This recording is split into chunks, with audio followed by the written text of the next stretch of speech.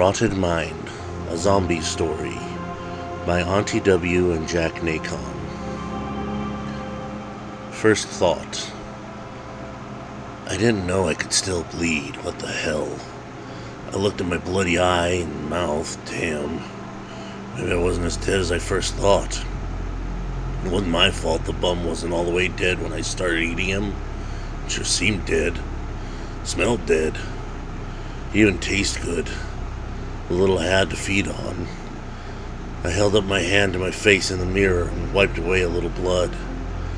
And fingernails had turned black. Guess I didn't need gothic nail polish. That's a plus. I looked out the window at the moon, then leaned over the calendar, used the blood on my finger to check off another wasted day. How many had it been since I was bitten? I didn't know how long I had to live, die, exist. But that was the real question, wasn't it? Why was I here? How long did I have to go? I'm getting hungry again. Keeping it together. I watched the sun come up. I didn't mind the light. My face was gray, to be sure, but nothing had fallen off as of yet. Had all my various parts, and other than looking like I was in desperate need of a tan, I could head out and pass for something semi-human. I was afraid to step into the shower. What if something fell off in there? Does superglue work? Oh, of course it does. Unless it's a new kind that doesn't stick to skin. I'd have to make a mental note of that. As I tried to gather some enthusiasm in dressing and going outside again, and in broad daylight to boot, I wondered if there were others like me out there, wandering around, feeding and waiting to die. I was ready to die, though I wouldn't admit it even to myself. How had this happened again? The memories are finally starting to crawl back, and soon maybe I'd have a complete picture of my final days. Wow, that jogger looks tasty. If it fights me, I could lose a body part. Maybe just stick to carcasses. But warm flesh is so delicious. Lurching out. A pair of loose-fitting sweats was all I could deal with at the moment. Laced up some gym shoes, stepped out squinting into the sunlight. As an afterthought, I turned and, picking up a wood-chopping axe, broke off the lock to my front door. What more is there to protect? What could they possibly have stolen? The only thing I value got left is my life? Do I even have value anymore? I move through the crowd, smelling each person as they pass, my face near to twitching from the sheer pleasure of it all. I wasn't certain who to trust. Didn't know for certain who had been in on this. But my lab rat status had most definitely become clearer to me in the time passing. I was drawn again and again to morgues, near to haunting them to be exact. Kept hoping someone, anyone like me would just hop off the slab and come dance with the devil in the moonlight with me. None ever did. Not yet anyways. I also knew after a while that someone or something was following me. Not too closely, just, close enough for me to feel them breathing down my neck. I wondered from time to time if it was just the angel of death looking for his due. After all, he'd missed the deadline on my delivery, and clearly still very much on the clock. Meeting the parent. Standing over the body of my constant shadow, I could see that he was still very much breathing. I raised a pretty little rusty nail-studded 2x4 I carried around with me at all times, and swung it high over my head, planning to crack his skull open like a crab shell and feast on the sweet meats within. A hand came up to halt me, which is pretty damn near common actually, but the words that followed gave me reason to pause. I am your creator, Dr. Stefan Gore Messerschmidt III, but you may call me Dr. Frankenstein if you like, my dear pet. Pondering the offer. I can tell you I was fairly surprised. Not just at his words and his implications, but by his apparent calm, almost confident demeanor in the face of a nasty murder about to come crashing his way, namely his own, at the end of my club. I wish I could say I clobbered his sorry ass and ate his flesh and broke open his bones for that sweet, sweet marrow. But then the tale would come to a screeching halt. And what fun would that be, Lead on, boss. Don't think I can remember all those names of yours. Think I can manage to call you Doc, though you were almost called Dinner. I stepped back a step or two and allowed the man to rise. For the moment he'd live, to tell his tale, my tale, the tales. He rolled over quite pathetically, like an old man he wasn't, and scrambled to his feet as best he could. And I moved not one reanimated muscle in his direction to assist him. I'd spared his life, that was all he was entitled to at the moment. He dusted his suit and trench coat off and then said, "If you will," and led the way to who knows where. Didn't matter, I had nowhere else to go. Home sweet. Ugh. I thought it would be a haunted house, a mansion in the middle of nowhere, a scary old warehouse, maybe a haunted cemetery. This is it, I said, sounding almost disgusted as he brought me to a small one-room apartment. Something was just not cricket about all this. Then what was okay about a dead man walking around to feast on the flesh of the bones of the living, right? As he let me in the door, I shrugged and said, "Am I supposed to pretend to say nice place you have here? This matchbox hole in the wall you live in?" "I am sorry to disappoint, but the laboratory is in the sub-basement. That's 1 floor below the street level, dear pet." Settling in, sort of.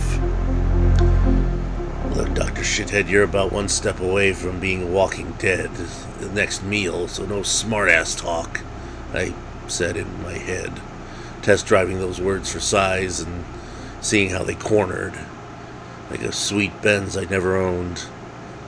And I could see the doc wasn't kidding. He had this look in his eyes that said, well, I don't know what, but he wasn't kidding. Basement. Sub wasn't born there. I was about to say I wasn't born yesterday, and not so sure about that, so I'll just say wasn't born in there. Reborn. Am I right, Doc? I said aloud, sounding a bit edgy, teeth grinding and all. "Gonna need to feed soon, Doc," I muttered in low, dark tones. And he simply answered, "I'm aware." So hungry. I followed the doc outside the door to his unit and down the corridor of the crappy little roach motel he called an apartment building, right to the back door, and then over to what could only be described as a freight elevator. Nice accommodations, I said, watching a rat I wanted to eat run along the inside, the thing that was supposed to ride down with us. "So, what is this place again? Waldorf Astoria or Chateau Marmont?" "It's your baby nursery, actually, so speak on it with some respect, love." "Ah, and here we are. Home sweet dungeon." I looked past the bars of the freight elevator. One more dark corridor. "Nothing much to impress me, Doc, and I'm getting hungrier. You're starting to resemble a T-bone with all the fixins." Locked doors and annoying landlords. "It's not as though I keep the lights on when I'm away, sort of like a refrigerator door. Once closed, the Brussels sprouts are plunged into darkness," said the doc. I nodded and then said, "Don't much care for cold storage unless it's a morgue, Doc. I'm more of a fresh, dead and decaying, if you know what I mean." "I do, and so comes this way I have some wormy rotting meat with your name on it." I wrinkled my nose, but as we came into view of the corridor's end, we arrived at a cobweb door with "Private Keep Out" on it. I smirked. That actually work? Sometimes, he answered, and pushed a bit on the nearest webbing back to expose a keyhole, shaped perfectly for the old-fashioned skeleton key, which he rattled in my face, making me want to snatch it from him and wedge it right inside his hairy right ear. The skeleton key opened up into more darkness, and then the doc moved inside the place with a sure step in a clear direction. Moments later, a chain rattled, the clear click of a switch, followed by flickering illumination. I stepped away from the door and took my first real look at what I would come to think of as my very own nursery, where the doc played doctor with my corpse and played God at animating it all over again, for better or worse. Dinner. "Help me, please, help me. Bam! Ah!" said the doc, smiling, looking at me. I stared back. What is that, little zombie humor? Not impressed. I frowned at the doc and wondered if the leathery old flesh would taste good. After being hammered a half a dozen times with a blunt instrument, maybe. "I just thought I would lighten the mood before wheeling out the main dinner course. Frederick from the morgue." He nodded and moved to get the carton back. Licking my lips, I said, "I take it Freddy there's one of the slabs, huh? Cold storage corpsicle?" "No, sadly he's the morgue attendant." "Well, eat up," said the doc, and I did just that. Mighty tasty, too. After dinner conversation. Once I finished pawing off the marrow and the bones of Freddy, the former morgue attendant, I wiped my bloody mouth filled with rotting, decaying flesh on a dirty, worn sleeve and said, "What now, Doc? Gonna keep feeding me? Keep me like a morbid little freak pet? Or maybe you're gonna explain why and how and what do I do now that I'm back from the fucking dead?" The doc pushed a bit of junk aside and grabbed a handful of dusty, blood-stained books, laid them on the table before me. "This is how I did it. The why is a bit more complicated, my friend. Or should I say, my child." Jaw-dropping drama. I blinked when he referred to me as child. Whose child did he mean? Now, okay, I know, my eyelids don't work. I wasn't really blinking. God, why was everything be so technical? This journal was meant to be a more free-flowing, more... Oh, hell. Ended off heading off on a tangent. My mind wanders as the brain cells die off over again, and I can actually feel them dying. Little screams in my head.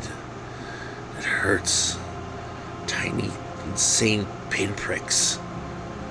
You think I'd have gone mad by now? Maybe. And then again, we all go a little mad sometimes. "Child," I repeated. "Explain yourself," I commanded the old man. "You are the child of myself and my late wife. She killed you, I killed her, and you were reconstructed from her freshly harvested body parts. What more needs to be said, child?" My jaw fell open, and then dislodged. Damn it. It would have been comical, but not given the current circumstances, and in light of that confession. Yes, I punned, and I'm not sorry. My feeble hands were not at all great for restoring my dislodged jaw to its rightful place, having lost all of their fine motor skills, mostly being left with basic manual dexterity. The doc reached for some duct tape and obliged. It didn't look all that pretty. Good old-fashioned superglue would have been better. But I wasn't going in for a beauty pageant, so whatever, right? We sat in silence across from each other now at an old wooden work table, till I couldn't stand the silence anymore. Why would my mother feel the need to kill me? I mean, even if any of that fine line of bullshit were true, why would it be? I mean, what did I ever do to her to, born? "Exactly so," said the doc. And at that terrible moment, I couldn't tell if he was kidding or not. Family. Flashback. The fate of Mrs. Dr. Stephen Gore Messerschmitt III. "Starving, starving, all the time starving," she mumbled and paced back and forth. Things had gone from bad to worse since she had been bitten. Alright, so she had cheated on her husband, the mad scientist, as she liked to call him. But who knew the man she had been a zombie? It was dark and he had an accent. What more could she have wanted on a lonely night outside the Bijou Theater? With the glow of the marquee showing a midnight zombie fest called Cannibal Creeps. Doc Frankenstein and I. "She had an affair that cost her both her life and yours," said the doc thoughtfully, and I waited patiently to hear more. "And what happened to my mom, Doc?" Family Part 2. Flashback. Mrs. Dr. Stephen Gore Messerschmitt III waited nearly an hour for her secret zombie lover to return. She kept a tube of Gorilla Glue in her purse, just in case anything were to fall off again, like the embarrassing incident of before. But she needn't have prepared so well. He never returned to the alley behind the Bijou again. She was more than a little heartbroken, but perhaps it was better that she not know the truth, that her true love was already laid out on a morgue slab, no longer animate, having finally run out of juice, dead for the last time. She stumbled home, the hunger overcoming her now as well, quite infected from her dalliances with the undead. Memories all awrought in the moonlight. Flashbacks. An attempted murder. And as the doc spoke, it was all coming back to me. "Oh, what big teeth you have, Mother." "Ah, the better to eat you with," she said as she circled me in all her zombified glory incarnate. The doc paused for effect and then said, "I had to kill her, don't you see? Although, for all intents and purposes, she was, for the most part, already very much the Walking Dead. I just simply stopped all the walking, so to speak." I nodded and wondered what he would do and say next, having more or less confessed to murdering my dead mother / his beloved, already deceased wife. Confused yet? Well, I was, very much so. "Continue, while I decide just how much of your dark fairy tale I care to believe." "Fair enough," he said, and went on. "Mother, may I play with the undead? Your dieting lately has left naught but skin and bones. The marrow shall be forced to suck you from," said my very dead yet deadly mother. "Fair enough," I said, or would have. But a shadow, the length and breadth of my father, entered the room now, swinging nothing less than titanium bone saw. Alright, a bit over the top, I know, but sit back and relax. This won't take very long. Now, where was I? Oh, yes. Wielding a precision medical power tool, dragging a very much plugged-in extension cord behind it, swishing like a devil's tail, like he had planned this murder of the undead dead spouse all along. And I backed up and fell hard. Now, I wish I could say more about that, but for that one brief moment in time, the world turned to blackness. Blackness turned out to be purgatorium limbotic.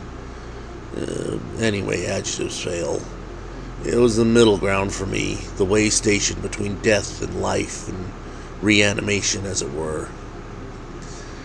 "Yes, I killed her already dead, cheating on me with a zombie lover unfaithful, chased you down with a clear intention to eat you, Mother, my dear child.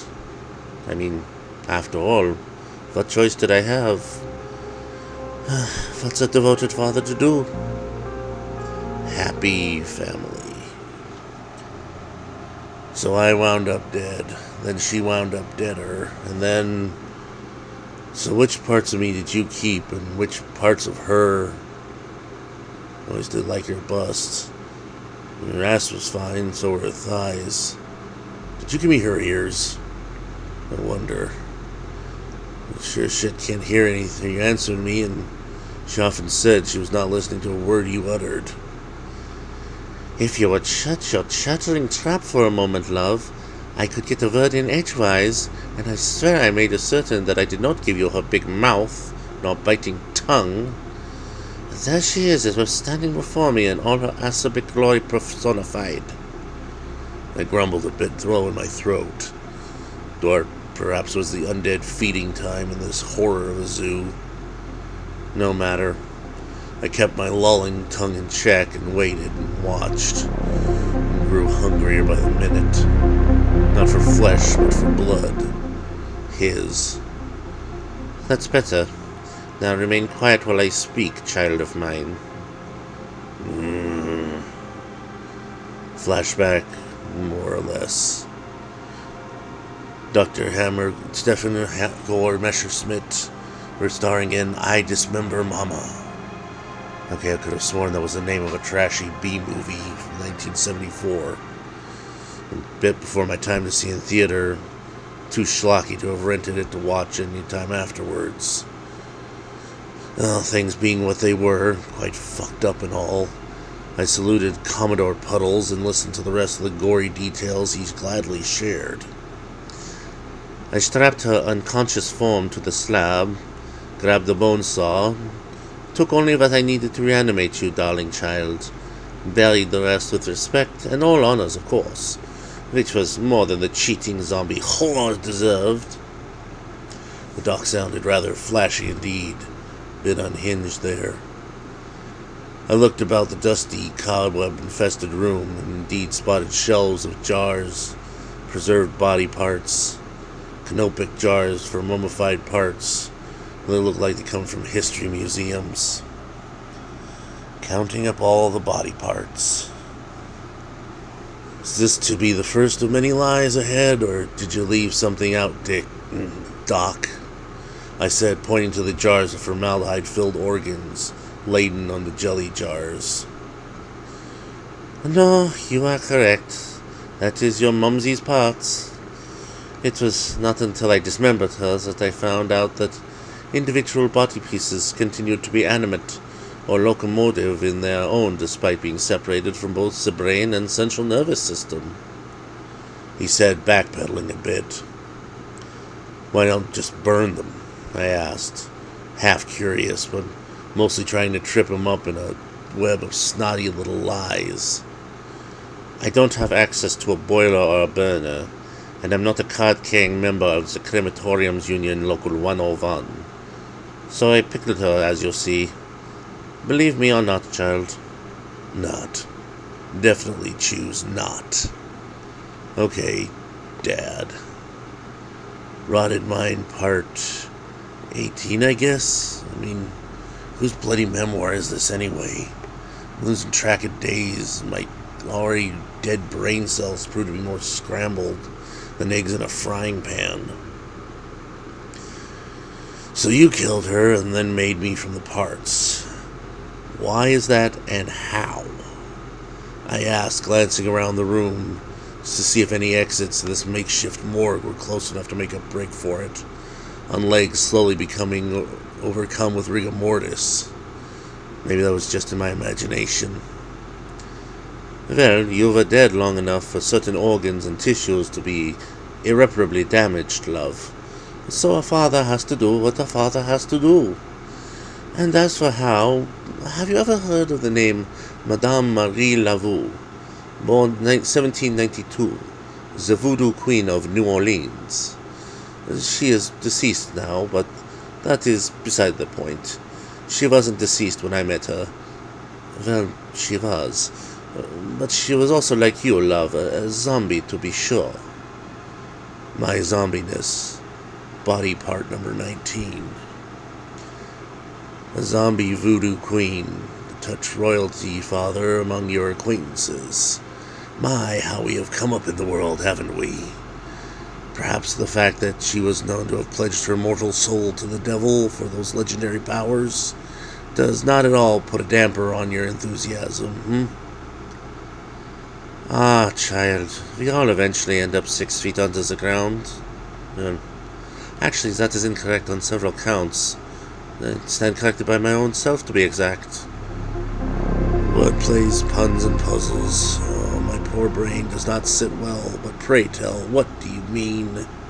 I asked reluctantly, my knuckles apparently losing the ability to ball into a fist, or I may very well have pounded this man for addling my already addled brain. Well, let's see. Firstly, you were 6 feet under, and are now clearly no longer. As well as Madame Laveau. Secondly, she did not remain in her tomb, which incidentally leads to thirdly, her tomb was never and could never be 6 feet under anything in New Orleans, he said, using the accent for emphasis. As all burials are above ground within the city, no less being already far below sea level. And then some. Rotted Mind, Part 20-ish. And here I thought the phrase "felt like death warmed over" was just a manner of speech, but there it was, in all its glory and ugliness, and I was none other than the proverbial death warmed over incarnate. So can I ask you, Dad, before we go off on this tale, I go on with it, does living, existing after death, come with any inherent powers or whatnot? What are you getting at? Is there an X out there you want to eat? Quirked the doc. And I smiled, and I shrugged, with a twinkle in my eye adding cryptically, not eating in a good way either. To eat Italian again? I'm guessing you're quite impervious to pain, since your central nervous system is apparently disconnected, as it were. So you have that going for you. Should you decide to attack this person you speak of. By the way, do I know them? Asked the doctor/father. I sighed and said, "It's DiTurno, Father. You recall my stint eating Italian food and all." The doc nodded knowingly. That was one affair that did not end well. Rotted Mind, Part 21. Again, it's a lucky number even when you're dead meat, right? Now the question is, do I tell you what happened next or not? It's all very sordid and private, and I guess the question is, am I to blame because his being married, I believed all the blatant lies and promises, thinking to myself as the simple peasant, and he the king. Fairy tale setting did indeed lend itself to the unbelievable tale of life, death, and undeath. And if I'm being cryptic, please do recall, I come from the crypt, do I not? I sighed and said, I know I should let bygones be bygones, since I'm no less currently a goner. But what would you do if you were in my position? I mean, I'm apparently completely above the law. Not like they can give me the chair, eh, Papa? But they can dismantle you. That's only if you are caught, child. You do need to feed, and feed on a regular basis. I'm good for Italian if you are. Easy on the garlic, though, please. I'm guessing you would never escape your pores. You'd stink endlessly. And I worked very hard to keep you and your decaying flesh more or less stench-free. If it's any consolation, Father, my ex never liked garlic much. Rotted Mind, final chapters, 'cause, well, I ran out of ink as well as fingers. 1 of 5. Screams. Ugly, beautiful, symphonic, horrible. Blood. I let Father drop me off outside the restaurant DiTurno always ate at, La Piazza, and changing in the alley into a costume something akin to vagrant, put the trap for the heartbreaker who would very soon find himself very eaten, very dead, and not necessarily in that order. This is your creator, Dr. Stefan Grohr Messerschmidt III. You may simply call me Dr. Frankenstein if you like. Addendum to my late child's journals. This is where I pick up the tale, my offspring now very much dead for the second time, and I have not chosen to cause them to be arisen again like this dead Christ. They asked that I leave them in peace, not so much in words, mind you, but in deed, to be sure. They did indeed wait for Doterno by his limousine, and the figure, finding their lean body and power, shall I say, a turn-off, the wretch refused my child's plea for aid. They didn't take too kindly to being treated badly by this X in life. They certainly would not take it in death. They attacked, nails sharp and teeth sharper, to which this person's own thugs, that your child always aimed so high, put several big mean holes in their body before driving away to the sound of screaming tires. I picked them up, still bleeding in my arms, horrible sense of deja vu coming over me, as I thought, not again, my poor love. Final chapters 2 of 5. When seeking revenge, first dig 2 graves. Chinese proverb. I carried my child's body, now dying for the 2nd time, perhaps the 6th if you count all my prior failed attempts at resurrection, but still, for the 2nd time. And our clothes soaked with blood, I drove into the building maintenance dock and used the freight elevator down back to the laboratory. Doesn't that word sound so very frightening? Final chapters 3 of 5. The laboratory was right next to the laundry room, so after laying their dying, mostly dead body down on the table, I decided to put in a load. Well, I was covered in blood, mostly their blood, so I assumed they would understand. The load was spinning, and an unpleasant attendant I always argued with came down to do a load as well, finding me blood-stained and whatnot. Gave up such a hue and cry I was soon dragging their body in as well, back into the lab, laying them next to my squirming, nearly blue-colored, zombified offspring. Final chapters 4 of 5. At times I had wished I had invested in a defibrillator. Even a refurbished pre-owned one would have been just out of my price range. Oh, but by thousands of dollars. Even the cutting up and offering of feeding the fresh body of that annoying neighbor was certain to tell the police. They would not be missed. Did nothing to rouse my child for the final time of their many cat-like lives. Rotted mind, 5 of 5. Rest in peace, love. And so brings the end to my zombie's tale, who was born, died, was born again, only to die once more. I mopped up the blood and mess of body parts, and gathering them and the nosy neighbor and my wife's canopic jars, and some psychotic undertaker, wheeled the barrel out to a freight elevator and down to the parking garage, to my car, unloading the bodies out through the back way and onto the cemetery at Sad Hill in Bryn Mawr. And that after last rites and a bit of weeping, I buried my child for the last time, this story ending with a whimper and not a bang, unless you count the police chasing me through the gardens and stones for the murder of the neighbor. Evidently my prints were left at the scene of the crime. I suppose that is life, as they are so fond of saying. Most sincerely yours, Dr. Stephen Gore Messerschmitt III, but you may call me Dr. Frankenstein if you like.